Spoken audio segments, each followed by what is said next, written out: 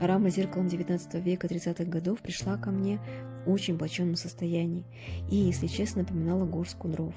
При разборе стало видно, что некоторые детали превратились в труху, а нижняя часть зеркала отсутствовала полностью и подлежала восстановлению.